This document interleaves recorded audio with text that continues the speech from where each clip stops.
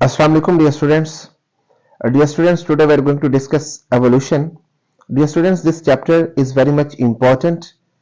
एक तो इस एतबार से ये इंपॉर्टेंट है कि ये एमडी कैट सिलेबस का भी हिस्सा है और दूसरा इसकी पेयरिंग जिस चैप्टर के साथ है that is 17th chapter coordination and control और वो भी एमडी कैट सिलेबस के हिस्सा है। ये ऐसा पेयर है जिसमें दोनों चैप्टर्स एमडी कैट सिलेबस का भी हिस्सा है और इनमें से लॉन्ग क्वेश्चंस भी आने। तो डियर स्टूडेंट्स याद रखिएगा इसमें से दो शॉर्ट क्वेश्चन, एक एमसीक्यू और एक लॉन्ग क्वेश्चन आना है और ये छोटा सा चैप्टर अगर आप इसको कर लेते हो तो आप आसानी के साथ अपने 9 मार्क्स स्कोर कर लेते हैं।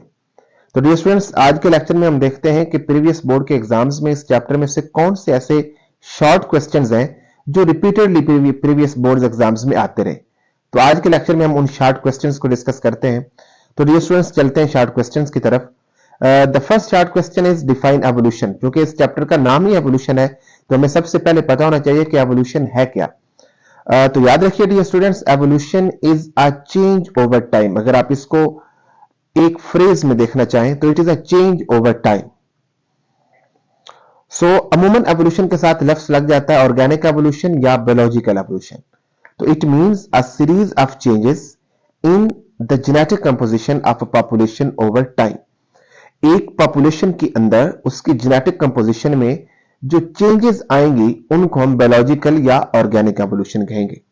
लेकिन मॉडर्न डेफिनेशन एवोल्यूशन की कुछ इस तरह की है कि it is a change in gene frequency of population, कि एक जीन पूल उसकी जीन फ्रीक्वेंसी में कितनी चेंजेस आती हैं। हार्डी-वीनबर्ग थ्योरम के बाद यह डेफिनेशन ही चलती है कि क्या जीन फ्रीक्वेंसी कांस्टेंट है या चेंज हो रही है। अगर चेंज हो रही है तो इट मींस कि वो पॉपुलेशन इवॉल्व कर रही है, अगर नहीं हो रही तो इट मींस कि पॉपुलेशन इवॉल्व नहीं कर रही। तो अभी तक जितनी भी पॉपुलेशन है उनकी जीन फ्रीक्वेंसी चेंज होती है, इट मींस कि वो इवॉल्व कर रही है। तो evolution is the change in gene frequency of a population. ये अच्छे से नोट कर लो डियर स्टूडेंट्स। चलते हैं अगले सवाल की तरफ। ये बड़ा इंपॉर्टेंट शॉर्ट क्वेश्चन है, कई मर्तबा बोर्ड के एग्जाम्स में आता रहा है। What are hydrothermal vents. तो याद रखिएगा डियर स्टूडेंट्स, ये एस्टिमेट किया जाता है कि जिंदगी का आगाज अंडर वाटर हॉट स्प्रिंग्स में हुआ। डीप ओशंस में मौजूद अंडर वाटर हॉट स्प्रिंग्स, वहां से जिंदगी का आगाज हुआ और उन अंडर वाटर हॉट स्प्रिंग्स को हाइड्रोथर्मल वेंट्स कहते हैं। तो ये हाइड्रोथर्मल वेंट की सादा सी डेफिनेशन है कि यहां से जिंदगी का आगाज हुआ। लाइफ को सरवाइव करने के लिए जिन रॉ मटेरियल्स और एनर्जी की जरूरत थी सबसे पहले, वो ये हाइड्रोथर्मल वेंट्स प्रोवाइड करते रहे। उसके अलावा डियर स्टूडेंट्स याद रखिएगा कि आर्कियोबैक्टीरिया, जो सबसे पुराने एंशिएंट बैक्टीरिया तस्वुर किए जाते हैं, वो तकरीबन 120 डिग्री सेल्सियस तक टेंपरेचर बर्दाश्त कर सकते हैं और वो भी इस वेंट हाइपोथेसिस को सपोर्ट करते हैं। वेंट हाइपोथेसिस का मतलब है कि जिंदगी का आगाज हाइड्रोथर्मल वेंट से हुआ, इसको वेंट हाइपोथेसिस कहते हैं। और चूंकि हाइड्रोथर्मल वेंट्स का टेंपरेचर बहुत ज्यादा होता है, उसको सिर्फ आर्कियोबैक्टीरिया ही बर्दाश्त कर सकते हैं। तो इसका मतलब है आर्कियोबैक्टीरिया अभी तक नॉन लिविंग ऑर्गेनिजम्स के अंदर सबसे ज्यादा एंशिएंट है। तो इसका मतलब है जिंदगी के आगाज में आर्कियोबैक्टीरिया मौजूद थे और वो 120 डिग्री सेल्सियस तक का टेंपरेचर बर्दाश्त कर सकते थे। तो इस एतबार से वेंट हाइपोथेसिस ठीक लगता है। तो ये क्वेश्चन याद रखिएगा। अगले सवाल की तरफ चलते हैं, स्टेट एंडोसिम्बियोट हाइपोथेसिस। तो डियर स्टूडेंट्स ये हाइपोथेसिस है कि किस तरीके से प्रोकैरियोट्स से यूकैरियोट्स इवॉल्व हुए। So according to endosymbiote hypothesis, eukaryotic cell might have evolved when a large and aerobic amoeboid prokaryote, एक बड़े अमीबाइड प्रोकैरियोट ने छोटे एरोबिक बैक्टीरिया को इंजेस्ट किया, मगर उन्हें डाइजेस्ट करने की बजाय अपने अंदर स्टेबलाइज कर लिया। तो ये वर्ड्स आपने अच्छे तरीके से याद रखने कि amoeboid prokaryote ingested small bacteria and stabilise them instead of digesting them. तो उसको डाइजेस्ट करने के बाद की बजाय अपने अंदर स्टेबलाइज कर लिया और स्टेबलाइज करने के बाद उस बैक्टीरिया ने ऑर्गेनल्स का रूप धार लिया। और जब प्रोकैरियोट्स में ऑर्गेनल्स डेवलप हो गए तो वो प्रोकैरियोट्स नहीं रहा बल्कि यूकैरियोट बन गए। Clear dear students? So the aerobic bacteria developed into mitochondria. तो जो एरोबिक बैक्टीरिया उसने स्टेबलाइज किया, उसने बाद में माइटोकॉन्ड्रिया का रूप धार लिया। और इसी तरीके से यह तस्वुर किया जाता है the flagella have arisen through the injection of spirochete, उन्होंने स्पायरोचीट को इंजेस्ट किया और डाइजेस्ट करने की बजाय उसे स्टेबलाइज कर लिया तो वो फ्लैजेला ऑर्गेनेल का रूप धार लिया। इसी तरीके से इंजेक्शन ऑफ साइनोबैक्टीरिया क्लोरोप्लास्ट में डेवलप होगी कि साइनोबैक्टीरिया को इस लार्ज अमीबाइड प्रोकैरियोट ने इंजेस्ट किया और अपने अंदर स्टेबलाइज कर लिया, तो ये जो पहले साइनोबैक्टीरिया एक अलग से ऑर्गेनिज्म था, ये बाद में ऑर्गेनल बन गई। और कौन सी ऑर्गेनल बनी? Chloroplast. Clear dear students? So this hypothesis was proposed by Lynn Margulis. तो ये आपने एंडोसिमियोट हाइपोथेसिस की पोस्टुलेट्स याद रखने। अगले सवाल की तरफ चलते हैं। What is neo Darwinism? ये डार्विनिज्म की एडवांस फॉर्म है। तो देखते हैं कि नियो डार्विनिज्म क्या है। 1940s के अंदर डार्विनिज्म वाज मॉडिफाइड। डार्विनिज्म के कॉन्सेप्ट को थोड़ा सा मॉडिफाई किया गया, यानी ये उसको एक्सटेंड किया गया, उसके अंदर कुछ कॉन्सेप्ट्स ऐड किए गए। किसकी रोशनी में? पॉपुलेशन जेनेटिक्स की रोशनी में, एक पॉपुलेशन के अंदर वेरिएशंस की रोशनी में, और उनके अंदर जो क्वांटिटेटिव करैक्टर्स है उनकी रोशनी में डार्विनिज्म को एक्सटेंड किया गया, इसके अंदर मजीद एक्सटेंशन की गई। So it is an extensive theory of evolution and known as modern synthesis और नियो डार्विनिज्म। इसमें यूं भी क्वेश्चन आ सकता है कि why it is known as synthesis. तो आपने यही जुमला उधर भी लिखना है कि it is called synthesis because it includes discoveries and ideas from many different fields of biology, क्योंकि इसमें एक से ज्यादा फील्ड्स ऑफ बायोलॉजी के आइडियाज और डिस्कवरीज को सिंथेसाइज किया गया है। कौन से फील्ड्स ऑफ बायोलॉजी? जैसा कि palaeontology, taxonomy, biogeography, ecology, ethology and population genetics. तो ये देखिए डिफरेंट बायोलॉजीज की फील्ड्स है, उनके आइडियाज को कंबाइन करके एक नया कॉन्सेप्ट सिंथेसाइज किया गया, जिसको नियो डार्विनिज्म या मॉडर्न सिंथेसिस कहा जाता है। तो ये भी अच्छे से नोट कर लो। अगले सवाल की तरफ चलते हैं dear students. What are vestigial organs? Give one example. तो डियर स्टूडेंट्स, ऐसे ऑर्गन्स जो हिस्टोरिकल रेमनेंट्स है, यानी पहले उनका काम हुआ करता था मगर अब उनका कोई फंक्शन नहीं है। They had important functions in ancestors but are no longer essential. Ancestors के अंदर इनकी अहमियत थी मगर अब इनकी कोई जरूरत नहीं है। ऐसे ऑर्गन्स को वेस्टिजियल ऑर्गन्स कहते हैं। तो dear students, these are actually homologous structures which are rudimentary. तो रूडिमेंट्री का क्या काम होता है या रूडिमेंट्री किसको कहते हैं? तो याद रखिएगा डियर स्टूडेंट्स, जो स्ट्रक्चर हाईली रिड्यूस हो जाए और फंक्शनलेस हो जाए उसको रूडिमेंट्री कहते हैं। तो वेस्टिजियल ऑर्गन्स नॉर्मली फंक्शनलेस होते हैं। कुछ ऑर्गेनिज्म के अंदर इनका थोड़ा बहुत रोल हो भी सकता है, लेकिन अमूमी तौर पर यह फंक्शन लेस होते हैं। तो इनके एग्जाम्पल अगर आप याद रखना चाहें तो आप याद रख लें वर्मीफॉर्म अपेंडिक्स, जो हमारी लार्ज इंटेस्टाइन में सीकम के साथ मौजूद होता है, यह भी एक वेस्टिजियल ऑर्गन है। एयर मसल्स, ये भी वेस्टिजियल ऑर्गन्स है। तो ये दो एग्जांपल्स याद रख लो। अगले सवाल की तरफ चलते हैं dear students. What is genetic drift? Give its effects. तो genetic drift dear students, it is a change in frequency of alleles. Alleles की फ्रीक्वेंसी में तब्दीली आ जाए। कैसे? Just by chance. ये अच्छे से नोट कर लो। यानी this change in frequency of alleles occurs particularly due to a chance. यानी बाय चांस अगर तब्दीली आ जाए तो उसको हम जेनेटिक ड्रिफ्ट कहेंगे। तो इसके नतीजे में होता है कि आप पॉपुलेशन के अंदर एक पर्टिकुलर जीन की डिसअपियरेंस हो जाती है, वो डिसअपियर हो जाता है। लार्ज पॉपुलेशन पे एज सच इसका कोई असर नहीं पड़ता, मगर स्मॉलर पॉपुलेशन पे बहुत ज्यादा तब्दीली आ सकती है जेनेटिक ड्रिफ्ट की वजह से। ये होता क्यों स्मॉल पॉपुलेशन के अंदर? जब चंद इंडिविजुअल्स रिप्रोड्यूस होना छोड़ दे। भाई देखें, अगली नस्ल के अंदर जीन्स तब ही जाएंगे जब उनके एंसेस्टर्स रिप्रोड्यूस होंगे। अगर एक एंसेस्टर मौजूद है, उसके अंदर पर्टिकुलर सेट ऑफ जीन्स है, अगर वो रिप्रोड्यूस ही नहीं करता तो वो अगली जनरेशन का हिस्सा नहीं बन सकेंगे। तो वो जब मर जाएगा तो इसका मतलब है उसके साथ वो अलीव्स भी जाय हो गए, वो अगली नस्ल में मुंतकिल नहीं हुए। तो इस तरह उस पॉपुलेशन के अंदर जो चेंजेस आएंगी बाई चांस, उन्हें जेनेटिक ड्रिफ्ट कहते हैं। Clear? Therefore, genetic drift may be an important mechanism in evolutionary change in small populations. तो स्मॉल पॉपुलेशन में एवोल्यूशनरी चेंज का ये एक इंपॉर्टेंट मैकेनिज्म है। तो जेनेटिक ड्रिफ्ट को अच्छे से नोट कर लो। Define extinct species and name any 4 animals declared extinct in Pakistan. Dear students, ऐसी स्पीशीज जिसका एक मेंबर भी उस पर्टिकुलर रीजन में मौजूद ना हो, उस स्पीशीज को हम एक्सटिंक्ट स्पीशीज कहते हैं, नापैद स्पीशीज कहते हैं। उसके सिर्फ फॉसिल्स अवेलेबल होते हैं। पाकिस्तान के अंदर एक्सटिंक्ट स्पीशीज याद रख लो, cheetah, tiger, Asian lion, Indian rhino, cheer pheasant, crocodile, gavial, ये पाकिस्तान के अंदर मुकम्मल तौर पर एक्सटिंक्ट हो चुके, यानी इनका अब कोई भी मेंबर मौजूद नहीं है, इनके सिर्फ फॉसिल्स अवेलेबल है। क्लियर? नेक्स्ट क्वेश्चन देखिए, how does the fossil record provide evidence of evolution? Fossil record से कैसे पता चलता है कि एवोल्यूशन हुई है या नहीं? तो dear students, fossil is the dead remain of an organism and thus it is a record of dead organism. तो फॉसिल एक्चुअली किसी भी डेड ऑर्गेनिज्म का एक रिकॉर्ड होता है कि आज से इतने साल पहले ये ऑर्गेनिज्म इस जमीन पर मौजूद था। तो हमें ये इल्म है कि अभी तक हमारे पास जितने भी फॉसिल्स हैं, ओल्डेस्ट फॉसिल्स प्रोकैरियोट्स हैं। तो इस एतबार से प्रोकैरियोट्स को तमाम लाइफ फॉर्म का इंसेस्टर तस्वुर किया जाता है। और इसी तरीके से फॉसिल रिकॉर्ड से हमें पता चलता है कि fishes were the first vertebrate to appear in the world.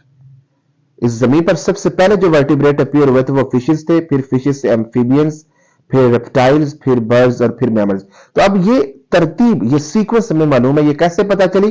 Fossil record से।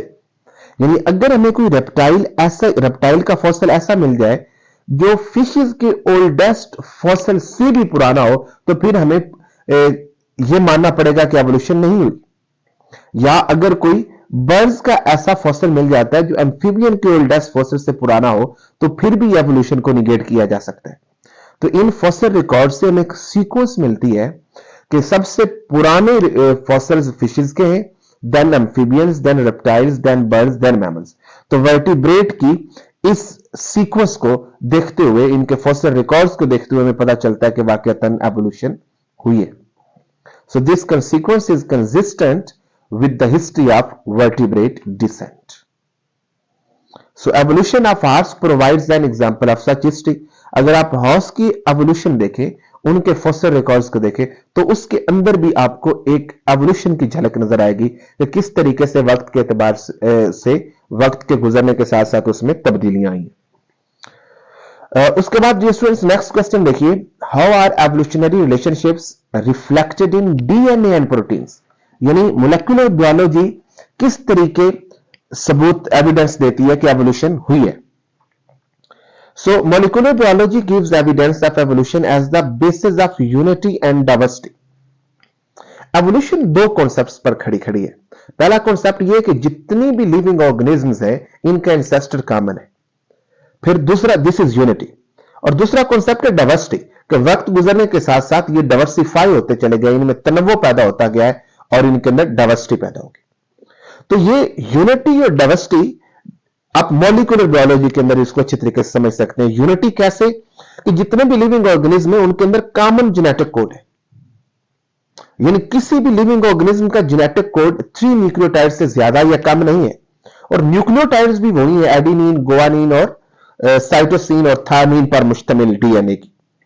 और डीएनए से जो सेंट्रल डॉगमा है, ट्रांसक्रिप्शन और ट्रांसलेशन होती है, वो प्रोसेस भी तमाम लिविंग ऑर्गेनिज्म्स के अंदर सेम है। जो लिविंग ऑर्गेनिज्म आपस में जितना रिलेट करते हैं, उनके डीएनए और प्रोटीन के अंदर अमाइनो एसिड की सीक्वेंस उतनी ही रिजेंबल करती है। ये देखिए, if two species have genes and proteins with the sequence of monomers match closely, the sequence must have been copied from common ancestor. तो जितने उनके एंसेस्टर्स कॉमन होंगे, एक दूसरे के क्लोज होंगे, उतना उनके डीएनए के अंदर न्यूक्लियोटाइड की सीक्वेंस और प्रोटीन्स के अंदर अमाइनो एसिड की सीक्वेंस उतना ही एक दूसरे के क्लोज होगी। तो इस डीएनए और प्रोटीन से भी रिफ्लेक्ट होता है, इनकी सीक्वेंस से रिफ्लेक्ट होता है कि वाकईतन एवोल्यूशन हुई है। अगले सवाल की तरफ चलिए, what is Hardy Weinberg theorem, give its equation. Dear students, Hardy Weinberg theorem कहता है कि एक पॉपुलेशन के अंदर फ्रीक्वेंसी ऑफ एलील्स और जीनोटाइप हमेशा कांस्टेंट रहती है। एक पॉपुलेशन के अंदर frequency of allele and genotype constant रहेगी generations after generations unless acted upon by the agents, यहां तक कि उसके ऊपर सर्टन एजेंट्स एक्ट ना करें, और वो जितने भी एजेंट्स हैं they are other than sexual recombination. और वो 5 फैक्टर्स हार्डी-वीनबर्ग ने थ्योरम के अंदर इंक्लूडेड है। तो इसका मतलब यह है कि अगर वो 5 फैक्टर्स इन पर एक्ट ना कर रहे हों तो एक पॉपुलेशन के अंदर जीनोटाइप और एलीलिक फ्रीक्वेंसी सेम रहती है, इट मींस कि उसके अंदर एवोल्यूशन नहीं होती। तो एवोल्यूशन तब होगी जब वो फैक्टर्स उन पर असरअंदाज होकर उनकी एलीलिक और जीनोटाइपिक फ्रीक्वेंसी में तब्दीली लाएंगे। So this is Hardy Weinberg theorem. इसकी इक्वेशन देखिए, ये थ्योरम एक्चुअली 2 शख्स ने दिए थे, अशखास ने दिया था। एक इंग्लिश मैथमेटिशियन था जिसका नाम हार्डी था, एक जर्मन फिजिशियन था जिसका नाम वीनबर्ग था। तो इसकी इक्वेशन है p plus q square is equal to p square plus 2pq plus q square. ये बाइनोमियल एक्सपेंशन है। तो p plus q is equal to 1, p plus q square is equal to 1, p square plus 2pq plus q square is equal to 1। तो actually वो p एक अलील की frequency है, q दूसरे अलील की फ्रीक्वेंसी है, p अमूमन डोमिनेंट अलील की फ्रीक्वेंसी है और q रिसेसिव अलील की फ्रीक्वेंसी है। तो इन दोनों की फ्रीक्वेंसी को आपस में जमा करें तो it is always equal to 1। तो इसी तरीके से अगर इनका स्क्वायर लें वो भी 1, अगर इस एक्सपेंशन में देखें तो वो भी इक्वल टू 1 होगा। तो ये आप किसी भी तरह इसको सॉल्व कर लें, ये 1 के बराबर ही होगा। नेक्स्ट क्वेश्चन देखिए dear students, differentiate between natural selection and artificial selection. ये बड़ा इंपॉर्टेंट शॉर्ट क्वेश्चन है, आपको नेचुरल सिलेक्शन और आर्टिफिशियल सिलेक्शन का पता होना चाहिए। नेचुरल सिलेक्शन तब होती है जब एनवायरनमेंट और इनहेरिटेड वेरिएशन के दरमियान इंटरेक्शन हो और उसके नतीजे में नेचर सिलेक्ट कर ले किसी पर्टिकुलर जो सिलेक्शन होगी उसको नेचुरल सिलेक्शन कहेंगे। आर्टिफिशियल सिलेक्शन में डिजायरेबल ट्रेट्स को ब्रीडर्स खुद सिलेक्ट करते हैं। So natural selection nature select करती है, जबकि आर्टिफिशियल सिलेक्शन इंसान सिलेक्ट करते हैं। तो ये डिफरेंस नोट कर लो। उसके बाद नेचुरल सिलेक्शन उन वेरिएशंस पर एक्ट करती है या उनको सिलेक्ट करती है जो हेरिटेबल होते हैं, यानी जो विरासती तौर पर मुंतकिल होते हैं, जबकि आर्टिफिशियल सिलेक्शन में इन ब्रीडिंग और आउट ब्रीडिंग के जरिए सिलेक्ट किया जाता है।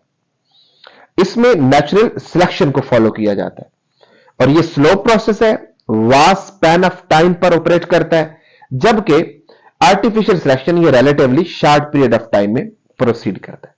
तो ये आपने डियर स्टूडेंट्स इनमें डिफरेंसेस देखने। नेक्स्ट क्वेश्चन देखिए, differentiate between endangered species and threatened species. तो याद रखिए dear students, endangered species are those species which are in imminent danger of extinction, while threatened species are likely to become endangered.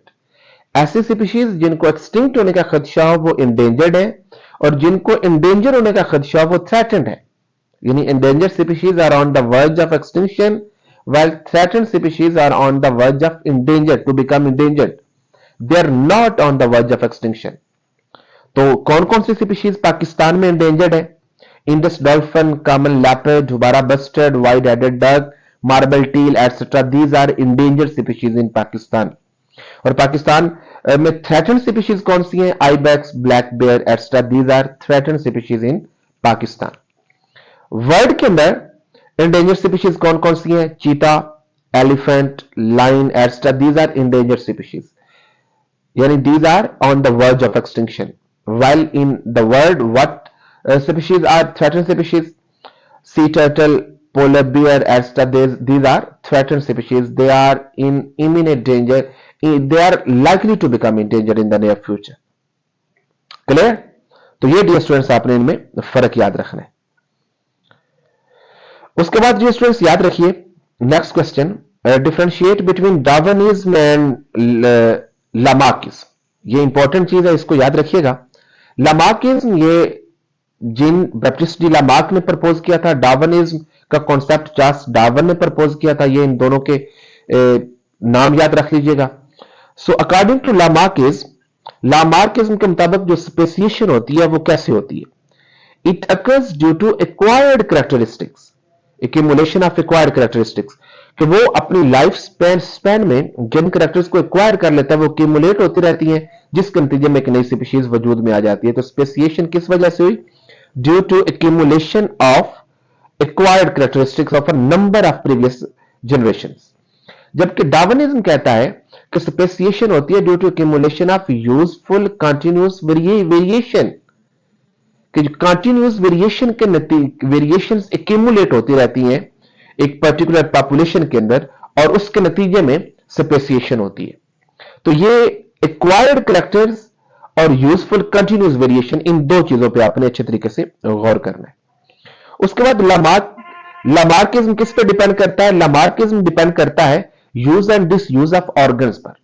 वो कहता है acquired characteristics actually use and disuse of organs पर depend करते हैं, कि जिस body part को आप एक्सटेंसिवली यूज करते हैं वो लॉन्गर और स्ट्रॉन्गर हो जाता है, जिसको यूज नहीं करते वो डिटीरियोरेट हो जाता है। तो जितने भी एक्वायर्ड कैरेक्टरिस्टिक्स है लामार्किज्म के मुताबिक वो use and disuse of organs की बिना पर होते हैं, और वही अगली नस्ल में मुंतकिल होते हैं। यहां पर लामार्क ने धोखा खाया कि हर एक्वायर्ड कैरेक्टर अगली नस्ल में मुंतकिल नहीं होता है। तो डार्विनिज्म इस बुनियाद पर दुरुस्त था, वो कहता था सिर्फ वेरिएशंस वो मुंतकिल होती है जो इनहेरिटेबल हो। सो डार्विनिज्म में जो मेन कॉन्सेप्ट है वो नेचुरल सिलेक्शन है, लामार्किज्म में वो use and disuse of organs है। क्लियर? तो ये आपने अच्छे तरीके से याद रख ले रहे। नेक्स्ट क्वेश्चन देखिए, differentiate between theory of special creation and organic evolution. ये भी बड़ा इंपॉर्टेंट शॉर्ट क्वेश्चन है। स्पेशल क्रिएशन और थ्योरी ऑफ ऑर्गेनिक एवोल्यूशन, इसको नोट कर लो। According to special creation all living beings were specially created by nature in their present form, कि जितने भी स्पीशीज हैं वो जिस तरह नजर आ रही हैं उनको नेचर की तरफ से बिल्कुल इसी तरह क्रिएट किया गया है, उनके अंदर कोई तब्दीली रूनुमा नहीं हुई। जबकि एवोल्यूशन कहती है all living beings gradually change whereby one may give rise to another with adaptations, कि हर स्पीशीज मुसलसल एनवायरमेंटल चेंजेस और वक्त के साथ साथ चेंज होती चली जा रही है, जिसमें एक से एक नई स्पीशीज वजूद में आ जाती है, वो नई अडॉप्टेशन इख्तियार करके नई स्पीशीज बन जाती है। तो एवोल्यूशन कह रही है कि स्पीशीज चेंज होती चली आ रही है और हर स्पीशीज एवोल्यूशन का नतीजा है। स्पेशल क्रिएशन वाले कहते हैं कि हर स्पीशीज जिस तरह नजर आ रही है इसी तरह बनाई गई है, वो कोई एवोल्यूशनरी प्रोडक्ट नहीं है। So theory of special creation के मुताबिक there is no change has occurred in them since they came into existence. जबकि ऑर्गेनिक एवोल्यूशन वाले कहते हैं कि existing organisms are modified descendants of pre existing ones, जो पहले एंसेस्टर्स मौजूद थे उनके अंदर मॉडिफिकेशन हुई और जो नए डिसेंडेंट्स हैं वो उनकी ही एवोल्यूशनरी प्रोडक्ट है। So theory of special creation के मानने वालों को क्रिएशनिस्ट कहते हैं और एवोल्यूशन के मानने वालों को एवोल्यूशनिस्ट कहते हैं। कार्लस लीनियस डिवाइन क्रिएशन पे बिलीव करता था और इधर अरिस्टोटल था जो सबसे पहले जिसने एवोल्यूशन का कॉन्सेप्ट दिया। तो ये आपने इनके चार चार डिफरेंसेस नोट कर लेने। Differentiate between homologous and analogous organs. So dear students, homologous organs are those organs which are functionally different but structurally similar. On the other hand, analogous organs are those which are functionally alike but structurally different. ऐसे organs जिनका function मुख्तलिफ हो मगर structure एक तरह की हो वो homologous है। और ये किस तरह वजूद में है? This is because of divergent evolution. और इनका फंक्शन एक तरह का मगर स्ट्रक्चर मुख्तलिफ है। ऐसा क्यों हुआ? This is because of convergent evolution. अब याद रखिएगा जो डाइवर्जेंट एवोल्यूशन है इसमें इंसेस्टर कॉमन होता है, तो कॉमन इंसेस्टर होने की वजह से इनकी स्ट्रक्चर सिमिलर होती है। कन्वर्जेंट एवोल्यूशन में इंसेस्टर डिफरेंट होते हैं जिसकी वजह से स्ट्रक्चर डिफरेंट होती है। डाइवर्जेंट एवोल्यूशन में माहौल अलग अलग होता है जिसकी वजह से फंक्शन डिफरेंट हो जाते हैं और कन्वर्जेंट एवोल्यूशन में एनवायरमेंटल प्रेशर एक तरह का होता है जिसकी वजह से फंक्शन एक जैसे हो जाते हैं। तो याद रखिएगा डाइवर्जेंट एवोल्यूशन में इंसेस्टर कॉमन और फंक्शन अलग अलग हो जाते हैं। कन्वर्जेंट एवोल्यूशन में इंसेस्टर डिफरेंट और फंक्शन एक जैसे हो जाते हैं सिलेक्शन प्रेशर की वजह से। Homologous organs have a common evolutionary origin, analogous organs don't have a common evolutionary origin. Homologous organs की एग्जांपल देखो, जितने भी वर्टिब्रेट्स हैं उनके जो 4 आर्म्स हैं, 4 लेग्स हैं, विंग्स हैं, फ्लीपर्स हैं, उन सब के अंदर हड्डियों का पैटर्न एक तरह का है, मगर उनके फंक्शंस मुख्तलिफ हैं। स्ट्रक्चरली वो सारे सिमिलर हैं बट फंक्शनली डिफरेंट है। So all of these are homologous organs. तो इनके अंदर डाइवर्जेंट एवोल्यूशन हुई है। इनका इंसेस्टर कॉमन था लेकिन फंक्शन अलग अलग होते गए डिफरेंट सिलेक्शन प्रेशर की वजह से। एनालॉगस ऑर्गन्स के एग्जांपल ले ले, wings of birds and wings of insects. इन दोनों का फंक्शन एक है मगर दोनों की स्ट्रक्चर मुख्तलिफ है क्योंकि दोनों के इंसेस्टर मुख्तलिफ है। तो कन्वर्जेंट एवोल्यूशन में इंसेस्टर मुख्तलिफ होते हैं जिसकी वजह से स्ट्रक्चर मुख्तलिफ होती है। सिलेक्शन प्रेशर एक जैसा होने की वजह से फंक्शनली अलाइक होते हैं, दोनों के फंक्शन एक तरह के होते हैं। बर्ड्स भी विंग से उड़ने का काम लेते हैं, इंसेक्ट्स भी विंग से उड़ने का काम लेते हैं, तो फंक्शन एक है मगर स्ट्रक्चर मुख्तलिफ है। क्लियर मेरे बेटे? नेक्स्ट क्वेश्चन देखिए, differentiate between endosymbiote hypothesis and membrane invagination hypothesis. Endosymbiote hypothesis आपने पहले भी देखा है, अब आपने इसको कंपेयर करना है मेम्ब्रेन इन्वेजिनेशन हाइपोथेसिस के जरिए। तो डियर स्टूडेंट्स, प्रोकैरियोट्स से यूकैरियोट्स किस तरह इवॉल्व हुए? दो तरह के हाइपोथेसिस है, one is endosymbiote hypothesis and second one is membrane invagination hypothesis. तो according to endosymbiote hypothesis, a large anaerobic amoeboid prokaryote ingested small bacteria and stabilized them instead of digesting them. ये हम पहले भी पढ़ चुके हैं। जबकि मेम्ब्रेन इन्वेजिनेशन कहती है कि प्रोकैरियोटिक सेल मेम्ब्रेन अंदर की जानिब इन्वेजिनेट होकर सर्टन ऑर्गेन्स बनाती है जिसके नतीजे में यूकैरियोटिक सेल वजूद में आया। तो ये दोनों में फर्क। वो कहते हैं कि उन्होंने छोटे दूसरे बैक्टीरिया को इंजेस्ट किया और वो अंदर स्टेबलाइज होकर ऑर्गेनल्स बने, जबकि ये वाला हाइपोथेसिस कहता है कि मेम्ब्रेन अंदर की जानिब इन्वेजिनेट हुई और उसने ऑर्गेनल्स बनाए। तो ये दोनों में मेन डिफरेंस है।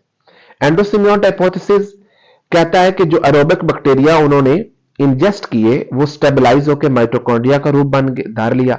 इसी तरीके से फ्लैजेला स्पायरोचीट्स से बने और साइनोबैक्टीरिया ने अंदर स्टेबलाइज होकर क्लोरोप्लास्ट बना दिया। तो एंडोसिमियोट हाइपोथेसिस को प्रपोज लिन मार्गलिस ने किया था। मेम्ब्रेन इन्वेजिनेशन हाइपोथेसिस कहता है जो न्यूक्लियस बना वो मेम्ब्रेन अंदर इनक्लोज हुई और उसने जेनेटिक मटेरियल को इनक्लोज कर लिया और उसके नतीजे में वो जो एक ऑर्गेनल बन गया that is known as nucleus. और इसी तरह दीगर ऑर्गेनल भी बने, एंडोप्लाज्मिक रेटिकुलम, गोल्गी अपरेटस भी इसी तरह मेम्ब्रेन की इन्वेजिनेशन से बने। तो मेम्ब्रेन इन्वेजिनेशन हाइपोथेसिस के कॉन्सेप्ट को कंट्रीब्यूट किया क्लेन एंड क्रॉनक्विस्ट ने 1967 में। तो इन दोनों को आपने इस तरीके से कंपैरेटिवली देखना है।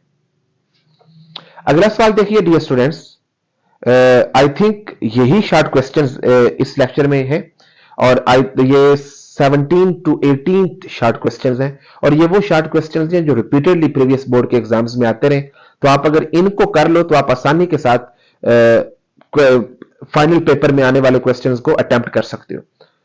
तो अपना बहुत सारा ख्याल रखिएगा डियर स्टूडेंट्स। मजीद शॉर्ट क्वेश्चन, एमसीक्यूज और लॉन्ग क्वेश्चन की वीडियोस मैं अपलोड करता रहूंगा। आप अपडेटेड रहें और इसी तरीके से अपने एग्जाम्स की तैयारी करते रहें। Wish you best of luck dear students.